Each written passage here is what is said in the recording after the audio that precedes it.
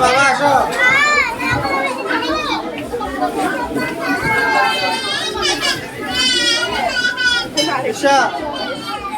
বাবা দিকে কথা শোনো বাবা কথা শুনে যাও তোমার জন্য তোমার জন্য বেলুন কিনছি 5টা নিবা